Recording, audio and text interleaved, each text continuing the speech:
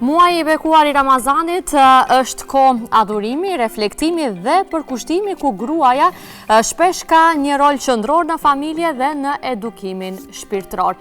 Sot në studio kemi teologën Gjauhere Ramani, e diplomuar në Fakultetin e Studimeve Islame në Prishtinë, mualime pranë Myftënisë së Shkupit dhe mësimdhënëse e mësimeve islame në Saraj prej 15 vitesh me një angazhim të vazhdueshëm në edukimin fetar të grave dhe vajzave. Me të do flasim për rolin dhe kontributin e gruas gjatë muajit të Ramazanit dhe ndikimin e saj në shoqëri. Përshëndetje nderuar dhe mirë se na erdhe. Përshëndetje, mirë se u gjetëm. Është shumë kënaqësi Për ftesën, kënaqësi edhe jona. Është shumë kënaqësi e veçantë që për herë të parë realisht ju kemi në studio dhe për të folur për një temë mjaft të fuqishme për neve që duhet shumë më shpesh të flitet dhe jo vetëm në muajin e Ramazanit, kuptohet. Sepse gruaja ka një rol në shoqëri të veçantë 365 ditë të vitit dhe jo vetëm në muajin e Ramazanit, apo jo? Është e vërtetë, po. Zonja Ramani, si e përkufizon edhe teologjia rolin e gruas në muajin e Ramazanit? Fillimisht ju falenderoj për zemërsisht për ftesën, juve si moderatore, Aida e nderuar, stafin tuaj dhe Myftini e Shkupit, e cila na jep mundësinë që të kyqemi në për emisionet e tilla, një organ kompetent që ofron botën e teologjisë. Pra, teologjia fetare islame, padyshim se në këtë aspekt jep një rol të veçantë gruas, jo vetëm gjatë muajit të bekuar të Ramazanit, ashtu siç e cekët edhe jo, po edhe jashtë muajit të bekuar të Ramazanit, femra ka vlerën më të lartë në Islam, saqë edhe krijuesi i gjithësisë emërton një kaptin në Kur'an, në librin e tij të quajtur Surja e gruas. Edhe një kaptin tjetër, Surja Merjem, me një emër të një femre. Kjo na bën që të ne të ndjehemi të privilegjuara, dallim nga fetë e tjera. Po do të kalojmë në temë, gruaja në Ramazan, mund të përshkruajmë një heroine cila nuk do të mund të bënte ndonjë krijesë tjetër, sepse Allahu Dhul Xhelal gruas i dha mundësinë më të mirë, ja dha një mëshirë që nuk ja dha krijesave tjera. Në momentin që ajo merr pozicionin apo titullin nën, ndryshon nga ajo gjithçka, normal edhe në anën fizike, duhet të jetë në sakrificë të ndërkohë çdo herë që të angazhohet për familjen e saj. Angazhimi për familjen, nëse ne kemi fëmijë, është më i madh dhe më i fuqishëm, e nëse ne nuk kemi fëmijë dhe duhet kujdesemi vetëm për vete dhe bashortin, është ndisi ka dallim një shumë të madh. Për atë shkak, gjatë muajit të bekuar të Ramazanit, gruaja është një heroinë e cila, sikur më parë, sikur nëna tona që na kanë lënë një atmosferë të ngrohtë në kohë të syfyrit dhe kemi të trashëguar madje. E për atë edhe ne mundohemi që ta reflektojmë. Edhe tek fëmijët tanë. Po, dhe ne mund t'i quajmë gratë në Ramazan si heroinët e Ramazanit dhe që meritojnë të shpërblimin më të madh, ashtu siç na ka thënë edhe pejgamberi alayhis salam, i dërguari jon, se ata të cilët i japin një iftar një personit, i marrin shpërblimet të gjithë atyre të cilët japin apo atë iftar. Padyshim këtu do të jemi ne shumë krenar, se ne çdo ditë ballafaqohemi me përgatitjen e iftarit, me përgatitjen e syfirit, duke mos harruar se duhet që në një moment të caktuar t'i kemi të gjithë të rregulluara. Edhe në kohë të caktuar, kuptohet. Po më thuaj se ndryshon përgjegjësia e gruas gjatë muajit të Ramazanit në krahasim me muajt të tjerë të vitit? Përgjegjësitë bazike normal nuk ndryshojnë. Ato bazike edhe gjatë Ramazanit edhe jashtë Ramazanit, duke filluar për kujdesi për fëmijët, menaxhimi i orarit të fëmijëve, zgjimi në kohë të herë të mëngjesit për në shkollë, për kujdesi për detyrat apo detyrat në ambientit që ne duhet të kujdesim për çdo ditë për veten, për bashortin, për fëmijët tanë. Këto detyra i kemi në përditshmëri. Përditshmëri. Këto nuk ndryshojnë, janë bazike. Në Ramazan ajo që ndryshon është se ne mundohemi të jemi më ekstra në ushqimet tona, mundohemi të jemi më të veçantë në ushqime, në shtrimin e tavolinës tonë, që fëmia kur të vi prej shkolle të ndjet aromën e gjeldrave, apo aromën e Ramazanit, që jashtë muajve tjerë është e vërtet se ne nuk mund të grumbullohemi në një sofër. Shumë e vërtet. Nga një rutinë e cila ato në shkollë ne si prindër në për obligimet tona. Padyshim se ato obligimet bazike nuk ndryshojnë, mirë po kjo që më shumë ti reflekton në sytë e një familje është se gruaja muslimane obligimet në Ramazan i shton që të jetë pak më përgjithshme, që të duket shtëpia e saj më bukur, ushqimit të duket më bukur, që kur të vinë bashkëshorti, fëmijët në shtëpi të ndjejnë atë aromën e sofrës së iftarit. Definitivisht. Nderuar, po edhe në edukimin shpirtëror të familjes, sa gruaja ka rol në muajin e Ramazanit? Në edukimin shpirtëror, kur flas në edukimin shpirtëror, duke u ambjell edhe fëmijëve, edhe familjarëve se si duhet të birpritet një iftar apo një syfyr. Padyshim, Aida, e nderuar, se ajo në institucionin familje, baza e familjes është nana. Për atë shkak edhe pejgamberi a.s. e ka nderu femrën duke i thënë se në donë që ta kenë gjenetin të garantuar, apo të jenë gjenetli, apo të kenë parajsën e garantuar, le të ndëgjojnë nana se në gjeneti gjendet në këmbët e nanave. Aqë shumë na kam privilegjuar feja jonë e dashur e pastër, mirë po anën shpirtërore, pa dyshim se më shumë ti duhet të reflekton nëna, sepse nëna është e cila lidhet më shumë ti me familje, po njëkohësisht duhet të reflekton edhe të bashkëshorti. Një nënë e cila, si që cekëm, merr epitetin heroina e Ramazanit, duhet të tregoj edhe shpirtëroren. Nëse Allahu na ka thënë që agjeroni Ramazani që të bëheni të devotshëm, ajo duhet të reflekton devotshmërinë e saj, si në buzëqeshje, si gjatë riteve fetare, shembull, duhet të ruajmë kohën e namazeve, nuk duhet t'i kalojmë kohët e namazit të na anashkalohen për shkak luksi që duhet të përgatitemi. Pra nëse në këtë pjesë ne i thrasim edhe familjarët tonë, fëmijët tonë, ashtu siç na thot Allahu, falni namazin dhe urdhroni fëmijët e juaj që të falin namazin, mundohemi ta ruajmë atë shpirtëroren. Pse nana jashtë Ramazanit falet, mirë po në Ramazan mundohet që të merr abdesin para se të thirrë ezani, ulet, ajo sejadja është simboli i shtëpisë, ato tespit e gjysheve tona, apo të kuranat të cilat gjendet në çdo dhomë dhe në çdo tavolinë, kjo reflekton një shpirt të pastër të një nane e cila edhe gjatë angazhimeve që ka për jetimeve dhe sakrificës së saj, duke munduar. Pavarësisht jetës dinamike, në thënë që kemi ne, krahasime nënat tona që kam pas, duhet të jenë. Ajo përsëri nuk e lën as shpirtëroren.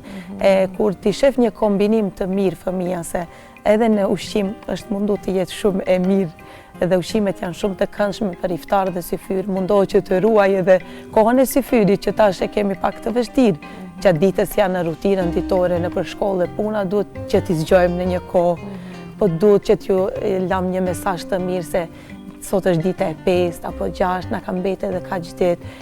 Duhet ju japim një mesazh edhe të profetit a.s. një mesazh islam, se kush qohet në mëngjes apo në syfyr, ai ka bereqetin edhe e familjes. Padyshim se këto janë motivimet dhe ana shpirtërore rritet edhe tek familja, edhe tek fëmijët, po edhe tek prindërit, po edhe tek bashkëshorti dhe bashkëshortja. Njëjtë sikur ne nëse shohim bashkëshortin që e ruan kohën e namazit, e ruan kohën që duhet të prezantojë nëpër xhami, edhe bashkëshortja dëshiron që është reciproke kjo, definitivisht. Një ashtu edhe fëmijët e shohin atë, apo antarët e familjes e shohin atë shpirtëroren tek një nanë e cila ballafaqohet edhe me obligime tjera përveç asaj edhe me shpirtëroren.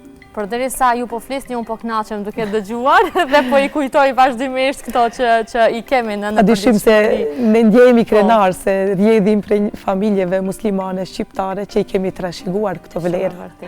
Edhe tash vetëm se ne po i reflektojmë.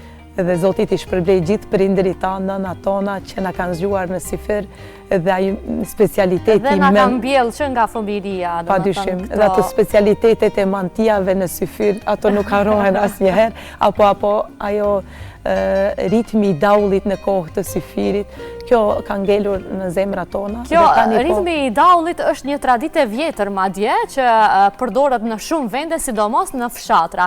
Hiç më larg se para 3-4 ditë kur isha unë te mami, kur dëgjova ritmin e daullit, domethënë një ndjenjë që ma riktheu atë fëmijërinë.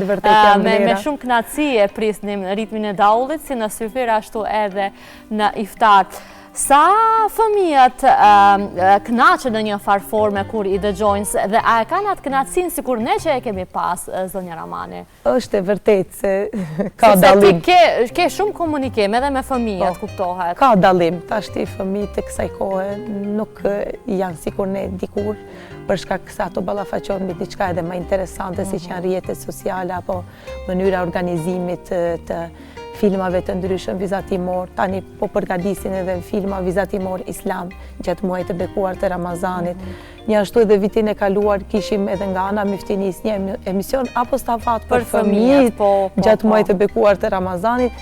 Është e vërtetë se ato nuk e shijojnë sikur ne, por përsëri shihet se tek fëmijët dëshirojnë që të kenë një mënyrë të ngrumbullimit të presin iftarin, është edhe ajo një mbjellje e vlerës dhe kulturave që atë e shtyn të agjerojnë në të ardhmen dhe të mos harrojë këtë traditë të cilën e ka parë.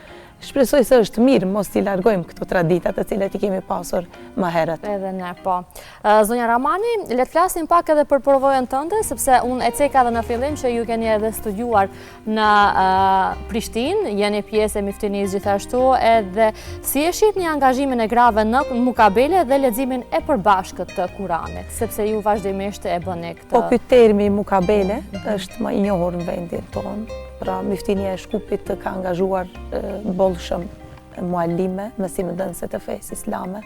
Në Shkup dhe rrethin ka një numër të madh të muallimeve të cilat funksionojnë nëpër xhami dhe vlen të theksohet se gjatë muajit të bekuar të Ramazanit të ralla janë ato xhamia të cilat nuk kanë mënyrën e leximit të përbashkët në këtë lloj që quhet mukabele. Leximi i Kuranit hatme prej fillimit deri në mbarim në mënyrë grupore, në mënyrë të përbashkët. Dhe është e vërtetë se aktualisht tani shpresoj që çdo xhami që ka të autorizuar muallime, ajo e kryen këtë me kënaqësi, duke pasur një numër të bollshëm të interesuar të grave. Po, aty desha ndërlidhem ka numër të mjaftueshëm të ata që interesohen. Është më interesant janë moshat e shtyera. Shumë interesant, dëshirojnë. Ato janë nxitëset tona që po na pyesin para Ramazanit, a do të ketë këtë vit si vitin e kaluar mukabele. Kemi pasur vitet e tëra, po është vlen të theksohet se është një privilegj për gjithë bashkëvendasit e tonë, fshatarë, qytetarë të rrethit të Shkupit, se çdo muallime që funksionon në ndonjë xhami dhe ka autoritet dhe ka leje pune nga Myftinia e Shkupit, ajo kryen këtë aktivitet gjatë Ramazanit me kënaqësi dhe ka shumë interesim. Jeni disa që e bëni ose shumica ndërmuese e bojnë. Të ralla janë ato për shkak kushteve, se tani e dim se edhe klima është pak më ndryshe. Në ndonjë xhami nuk plotëson kushtet për të pasur nxemjet, sepse mukabelia apo leximi i Kuranit në mënyrë të përbashkët duhet diku 2 orë të jenë së bashku. Shumë interesant është ajo se kanë dashuri të prishin gjumin, të dalin prej shtëpisë, gjithë gratë, sidomos moshave. Në çfarë kohë realizohet? Po disa bëjnë paradite, zakonisht mund për shkak angazhimeve që kanë femrat, mundohen që t'i kryjnë paradite, po kemi edhe pasdite, edhe diku 1 orë e gjys apo 2 çdo ditë marrin pjesë gratë për leximin e Kuranit. Nuk po flasim të pjesa aktiviteteve tjera. Edhe për një veçori tjetër që është shumë e njohur dhe ka një peshë të madhe në muajin e Ramazanit është falja e teravive, një nga veçoritë më të bukura dhe më të veçanta të muajit të Ramazanit. Sa e rëndësishme është falja e teravive për gruan në aspektin shpirtëror? Në Islam, Allahu Dhul Xhelal obligime që ju ka dhuruar apo na i ka dhënë neve që t'i bëjmë, që normalisht janë dobin tonë, vetëm të Zotit e mendjes mund t'i kuptojnë ata, dobit shpirtërore, trupore, përgjithësi. Në Islam të gjitha gjëra që i ka bërë obligim Allahu, nuk i ka bërë dallim asnjë aspekt gjinit. Do me thonë, si gjinia mashkullore, ashtu edhe gjinia femërore, thirren për një namaz të veçantë në muajin e bekuar të Ramazanit që quhet teravi. Disa falin 20 rekate, disa këtu mos të hymë në këto dilema, sado që të falin ajo është diçka vullnetare, edhe ti kur bën diçka vullnetar, nuk duhet të dihet shuma dhe numri. Në këtë aspekt, në fshatin ton, me vitet të tëra falen teravit në mënyrë grupore dhe në për xhami. sepse ndonjë xhami plotson kushtet dhe është e madhe dhe ka hapësirë edhe për gjininë femërore. Në aspektin fetar, kur thirremi ne në fjalën e pejgamberit alayhis salam ku thot kush agjeron dhe falet me një përkushtim që Allahu do ta fal, Allahu me të vërtetë do ta fal atë person. Dhe kjo thirrje e pejgamberit alayhis salam është reflekton tek dy gjini dhe është për dy gjini dhe ne duhet ta marrim këtë. Mirë po, përjashtim për gratë të cilat, sidomos ata të cilat janë në rritje të fëmijëve, ata gratë të cilat kanë shëndet, nuk kanë shëndet të plot, ata gratë të cilat lodhen gjatë ditës, mundohen që të jenë edhe në punë jashtë shtëpisë edhe në ata nuk e kemi ne si obligim. Dallon nga ato namazet të cilat i kemi 5 kohët e namazit të cilat i kemi obligim. Ne në 5 kohët e namazit të cilat i kemi obligim, është ndryshe kur e falim atë në xhami, sepse shpërblimi është 27 herë më i madh se sa falja në shtëpi.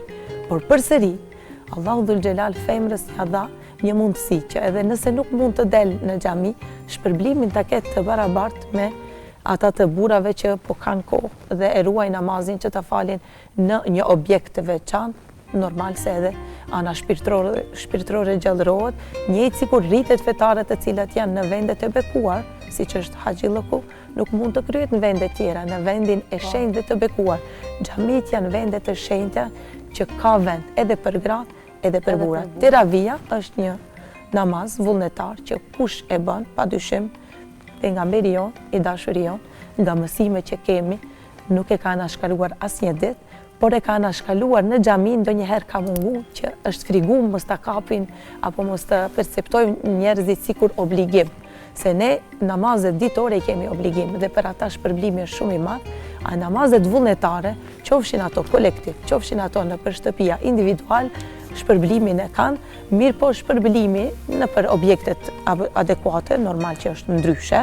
Do të thonë edhe për teravin është ndryshe shpërblimi, qoftë falja në xhami ose edhe në ambientin e shtëpisë. Vetëm pjesëmarrja në xhami ndryshon normal. Edhe ke parasysh nderuar se tash një pjesë dërmuese nuk dim nga Kurani shumë. Janë 20 rekate të cilat dëshirojnë të dinë bollshëm Kur'an të memorizuar, ose ata të cilat falen veçmas do duhet i përsërisin në gjatë kohë ato sure apo ato kapitina të cilat janë të shkurta dhe ajo i përvetson dhe i ka memorizuar në mendjet e saj. Përderisa ka njerëz adekuat dhe përderisa organet kompetente, myftinit, kanë bërë të hapur që të falet në mënyra e faljes e teravis të jetë në mënyrë të përbashkët, e kam pa që niveli tek ne është aq i ulët, do me thonë në mësim të leximit të Kur'anit, jo në mësim drejt lexim, por për vetësim.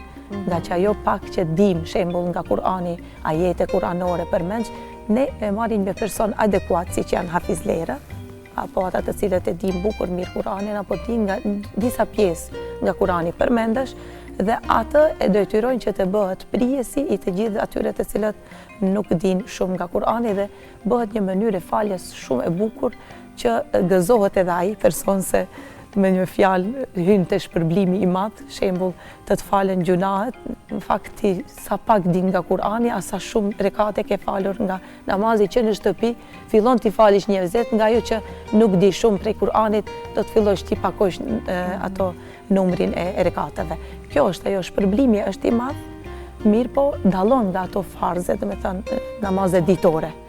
Ato e kanë shpërblimin më të madh, por përderisa organet kompetente kanë bërë që të jetë në mënyrë të organizuar edhe falja e teravive, edhe për gjinin mashkullore, nuk po flas edhe vetëm për gjinin femërore, edhe të gjinia mashkullore, mungojnë shembull, nuk është si kohën e dikushme të pejgamberit alayhis salam që kanë ditur nga Kur'ani shumë përmendesh, edhe kanë mund ditën që nuk kanë fal namaz në xhami, kanë mund të falen në shtëpi dhe nuk ju ka munguar pas një pengesë, po.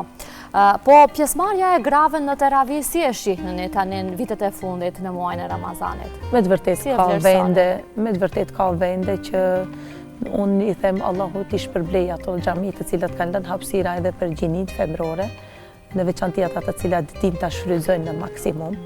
Pra duke vrapuar pas iftarit me njëherë, t'i grumbullon familjen, së bashku me bashortin, është mirë që t'ju bëjmë edhe një thirrje publike, që gjatë Ramazanit është mirë, model i mirë është edhe për fëmijët tanë që t'i marrim ato me bashortin, t'i vizitojmë disa xhami të bukura që gjenden në rreth vendeve tona, në qytet, në ndonjë fshat, në ndonjë hafiz i cili kanë zërin e bukur, lexon Kur'anin bukur, t'i ballafaqojmë edhe familjet tona, edhe ne të marrim pjesë, sepse me të vërtet rrisin vlerat fetare, rrisin imanin ton, ndryshon shumë mënyrja e faljes vetëmas me atë kolektiv, ndryshon në çdo aspekt, më shumë ti ajo shpirtërore. Edhe fëmiu e sheh, kuptohet. Po, e merr si një model, por paraprakisht mos harrojmë se edhe din dhe mësohet të fal teravin, sepse vetëm e ushtron çdo ditë me njerëz adekuat për atës të cilat bëjnë faljen e namazit çdo vetë, por edhe çdo ditë gjatë muajit të bekuar të Ramazanit. Qartë. Po hatmet, zonja Ramani, si organizohen në muajin e Ramazanit? Edhe hatmet të nderuar. Ka dallime, ndryshime? Edhe hatmet, si që cekëm edhe të kjo pjesa e mukabeles, edhe hatmet në mënyrë kolektive. Dallimi është se jo që do me thënë kemi thirrje nga vetë profeti se shkoni në xhami, mbledhuni dhe lexonja Kur'anin shembull zbashku që të quhet me këtë term, por kjo ka rrjedhë nga ajo se të qëndruarit në objektet xhamis është sadaka, është paqë, është mëshirë. Edhe ne t'i nxisim që edhe gratë, edhe gjinin femërore, t'i nxisim që të marrim pjesë më shpesh në xhami, e kemi bë, e janë të tubohemi çdo ditë edhe të lexojmë diçka nga Kur'ani. Normal, lexon ajo që din më mirë, dhe të tjera dëgjojnë, por nuk do të thotë se edhe vetëm hatme kolektive, gjatë cikleve të ligjëratave, vinë gratë me Kur'ana, me të spinë në dorë, falen, qetësohen, lexojnë një faqe nga Kur'ani, dhe kjo aktualisht është dominante shumë në pjesët e xhamive tona dhe na bën që të ndjehemi shumë krenare, pse shohim kështu gratë të cilat kanë aq dashuri për xhamin, për Kur'anin dhe për muajin e bekuar të Ramazanit. Qartë. Le të flasim pak edhe për Myftininë e Shkupit, e cila ka një sër aktivitetesh për muajin e Ramazanit. Po gratë, sa janë të përfshira në sektoret dhe strukturat e Myftinisë së nderuar? Të gjithë mualimet e cilat janë në kuadër të Myftinisë së Shkupit. A ka mjaftueshëm? Ka. Unë bazë të informatave të mia, diku 7-10 janë që janë të licencuar apo që kanë leje për të mirëmbajtur një xhami. Një numër i konsiderueshëm. Mund të jetë edhe më i lartë, mos të jap informatat e gabuara. Dhe ato xhami të cilat kanë mualime me të vërtetë reflektojnë ndryshe. Ato xhami që kanë edhe për gjinin mashkullore hoç të përcaktuar, për faljen e peskove të namazit, për ligjërues. Nëse ajo xhami ka edhe mualime që kryjnë aktivitete me femra, me gra, ligjërata, mësimet e rregullta që bëhen nëpër mektebe, disa jeni të njoftuara këto mualime që kanë autorizim për të punuar në atë xhami, ato nuk presin vetëm muajin e bekuar të Ramazanit të tregojnë aktivitet. Po, por kanë vazhdimisht. Ato janë në aktivitete të vazhdimta, shembull duke e cekur këtu se më adekuat jemi për të mësuar gratë, vajzat, nuset, bija tona, edhe fëmijët, mësimin e Kur'anit edhe bazat elementare të fesë islame. Kjo është mënyrë të rregull, dikush ka oraret në vikend, si zakonisht për shkak fëmijëve dhe nënave që janë të punësuara, bëjmë çdo vikend, por ka xhami që funksionon çdo ditë, apo ka xhami që funksionon 4 herë në javë. Me të vërtet, ajo xhami që ka mualime femër, ajo xhami ndryshon atmosferën totale, edhe bëhet një kombinim fatal, edhe burrat aktivizohen në xhuma, marrin pjesë në ligjërat apo edhe gratë, vazhdimisht çdo vikend ose çdo orar caktuar që e kanë për mësimet, ato turmohen dhe xhamit nuk janë të boshatisura asnjëherë dhe është një atmosferë shumë e mirë që nuk presim vetëm në Ramazan, vetëm se në Ramazan finalizohen. Ramazan finalizohen. Gjatë gjithë vitit ato tregojnë aktivitetin e tyre duke mbajtur mësimet, bazat elementare të imanit, të besimit islam, të njohun Allahun, të njohun pejgamberin, pastaj mësimi i Kur'anit, duke ditur që ne nuk jemi arab folës, edhe ajo është për moshat e shtyra është pak e vështirë. Më e vështirë, po.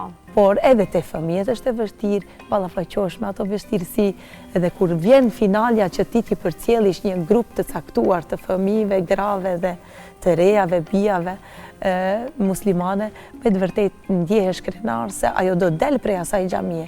Mirë po do t'a dish se do t'a di çdo mualime që do të ndjehet krenar se ka lënë tek ai një mësim shumë të mirë dhe ka vu themelet më bazike tek ai, siç janë elementet kryesore të fesë islame, imanin, islamin, kushtet, shartet, njohurin për Allahun, për pejgamberet. Ajo e cila finalizon është mësimi i Kur'anit, leximi i Kur'anit, përvecimi edhe memorizimi i disa sureve të shkurta apo duave, edhe praktikimi i namazit padyshim. Unë e di që këtu ju jeni aktualisht edhe mësoni rreth 100 nxënës mësime fetare, domethënë janë te ju. Si është interesimi i tyre dhe sa janë të dëgjueshëm në këtë rast? Po ai da vlen të theksoj në fshatin ku jetoj, në komunën e Saraj. Në komunën e Saraj. Jemi 4 xhami të komunitetit shqiptar që funksionojnë. 3 prej tyre, shembull siç është xhamia Hussein Shah, një xhami e re që është ndërtuar në fshatin Lubin pak më lart në Saraj, Mulla Hussein Saidi quhet ashtu. Edhe në xhamin time Ikre janë 3 mualime të diplomuara me fakultet, edhe të trijat kemi një numër të bollshëm të nxënësve diku deri 90 apo 100. Edhe menaxhimi i atyre fëmijëve dhe nanave dhe grave, normal që është i vështirë, por me kënaqësi mundohemi që të vëmë orar për të gjithë. Dhe me thonë duke fillu prej në orën 8 të mëngjesit, një grup deri në 10, pastaj prej 10 deri një grupi i dytë. Në vikend apo në ditët e caktuara të mualimes, ajo e kalon kohën me orare të ndryshme, duke mirë pritur fëmijë, grupa të ndryshme, mosha të ndryshme, dhe menaxhohet në mënyrën perfekte, më të mirë, sepse ti gëzohesh kur shef një numër të madh të interesimit. Padyshim se ajo të bën të bësh punën edhe më me shpirt, edhe më me gëzim dhe të çosh mëngjes apo ditë vikendi, mezi presim që të jemi afër familjeve tona, si zakonisht më shumti që funksionon xhamit janë vikendet, që mos ju pengojmë fëmijëve gjatë ditëve të shkollës, mos ju largojmë nga mësimet e shkollës, e në ditën e vikendit që ti e ke të ngrohtë ambientin dhe duhet të rish afër familjes tënde, ajo që të zgjon herët dhe të shkosh me dashuri, është dashuria dhe interesimi i një numri të madh të bollshëm tek fëmijëve, që edhe për ato është e vështirë të qohen atë kohë të mëngjesi që i kanë vetëm 2 ditë për të pushuar dhe për të fletur ato pak më vonë në ditët. Por me shumë dashuri. Me shumë dashuri ato vinë dhe marrin pjesë dhe vlen të theksohet se në gjithë komunën, domethënë fshatin që jemi, ashtu është interesimi i rritur tek të gjithë dhe të gjitha këto xhami që janë mualimet femra kanë dominuar atë që e kanë bërë këtë turmë të madhe të interesimit të nxënësave. Qartë. E dashur, meqense nuk na premton në koha, ne duhet ta përmbyllim këtë bisedë edhe pse unë nuk naqa duke të dëgjuar, nuk e di pse më herët nuk kemi kontaktuar që të na vini dhe të flasim edhe për ne. Për tema, sepse ka edhe shumë tema të tjera që duhet të trajtohen, kuptohet, por ishte muaji i Ramazanit ai që na kujtoi që vërtet gruaja duhet të përmendet më shumë dhe jo vetëm në muajin e Ramazanit, mire tham në fillim 365 ditë të vitit, por që është një reflektim ndryshe në muajin e Ramazanit. Unë të paktën ashtu e shoh. Është e vërtet. Do të kthehemi përsëri tek temat të cilën edhe po e keni cekë edhe më herët, edhe e cekët në fillim, se gruaja gjatë gjithë jetës ka vlerën më të lartë, jo se Zoti ka bërë dallim në gjini, se vetë Allahu na thret thot asnjë muslimanes dhe asnjë muslimanit nuk ja humbi edhe një vepër qoftë shumë e vogël. Mirë po, ajo e cila rrit vlerën e një gruaje është ajo se gruaja duhet ta din edhe një gjë. Dhe kjo le të jetë si një pikë synimi dhe sash për ne, kur do të kthehemi tash në vendin tonë, shtëpitë tona për të përgatitur dhe marrë rendjen e ditës tonë, për të përgatitur ushqimin e iftarit, apo për të kujdesur për familjen, duhet të dim atë hadithin që e cekëm më parë se kush i jep një iftari, shpërblimet i ka gjithëve, por mos të harrojmë se gruaja që e cekëm si një heroine e muajit të bekuar të Ramazanit, mos të harroj Allahu e ka veçuar për shkak se nëse ajo nuk i ngel nga koha e saj e shenjë, që ajo të miret me namaze ekstra vullnetare, të miret me shumë hatme, si që miren bashkëshorti që ka mundësi në prek punës, të ullet edhe të lexon. Në me thonë edhe gratë që punojnë, ballafaqohen edhe me punë jashtë shtëpisë. Ato kur të kthehen në shtëpi përsëri kthehen në punë dhe nuk gjejnë kohë as pak për ndrimi i dytë. nuk gjejnë as pak kohë për të bërë diçka shtesë siç bëjnë normal fëmijët tanë dhe bashkëshortët tanë. Atë e vlerën e ka, por mos harrojmë se Allahu Dhul Xhelal angazhimin e saj që bën përpjekje në minutin e caktuar të jenë gjithë gati dhe të gjithë të hamë dhe të darkohemi me 1 minutë dhe të presim ezanin, ta shohim tavolinët të servuar gjithë në një kohë të caktuar, është nga angazhimi dhe përpjekja e madhe që ka bërë ajo nën dhe ajo grua, dhe Allahu këtë mund nuk ja humbas duke barazuar atë angazhim në ibadet. Pra, vlera e gruas nuk anashkalohet as pak, por dua t'i them vetes, Aides dhe gjithë gratë të cilat angazhohen gjatë muajit të bekuar të Ramazanit, se ato janë heroina, ju lumt për përkushtimin dhe përpjekjen që bëni për familjet dhe bashkëshortët tuaj, dhe ju lumt që edhe si nëna, po edhe si punëtore, edhe si femër e punësuar dikun, ajo përsëri gjen kohën dhe mënyrën dhe nuk i humbas nga 30 ditë që asnjë ditë që ta zën iftari apo në ezani, duke mos e servuar atë. Ju lumt që përpiqen edhe të na i ruajnë kohën e syfyrit, edhe të na i ruajnë kohën e iftarit, duke mundu të bëjnë të më të bukurën për familjen e tyre. Mos harrojmë se ai angazhim është i barabartë me ibadetin, apo Allahu e ka bërë se angazhimi një nane për jetimet, për të qenë një nanë, edhe angazhimi i saj, sikur shtatzania, lindja, e ka bërë të barabartë me një ibadet shumë të madh, sa që ka thënë gjihadi apo lufta në rrugt të Allahut e një femre është për kujdesi familjes, se edhe në kohën e pejgamberit ka dashur që të merr pjesë në një ekspeditë të luftës një grua. Ka thonë shko dhe kujdesi për familjen, se kjo është gjihadi juaj. Dhe kjo është e barabartë dhe neve na bën shumë të krenohemi dhe t'i bëjmë shumë dashuri ato përpjekje tona gjatë muajit të bekuar të Ramazanit, por edhe jashtë asaj. Padyshim. Zonja Xheuere, unë të falenderoj shumë dhe të uroj shumë shëndet fillimisht ty, familjen tënde dhe suksese e punë të mbar. Ishte shumë kënaqësi. Shumë faleminderit, edhe ne ju falenderojmë shumë që na e bën të mundshme të jemi pjesë e këtij emisioni në këto kohë të hershme të mëngjesit. Shpresojmë që ti kemi marrur gjithë përfitimet dhe mesazhet e duara dhe përfitimet e shpërblimeve, ashtu siç ka cekur edhe pejgamberi se mëngjesi është bereqet.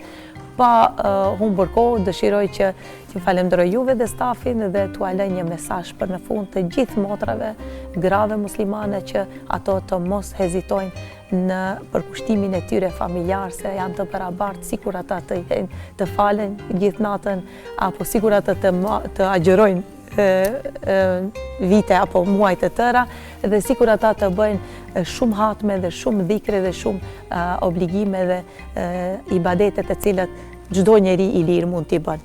Kjo është një mesazh që duhet na ngroh shpirtërisht neve dhe gjithë ato nanat të cilat po na ndjekin në këto momente. Ju faleminderit shumë. Kalofshi një ditë të mbar. Allahu inshallah u pranon agjerimin të gjithëve. Faleminderit shumë. Ishte shumë kënaqësi.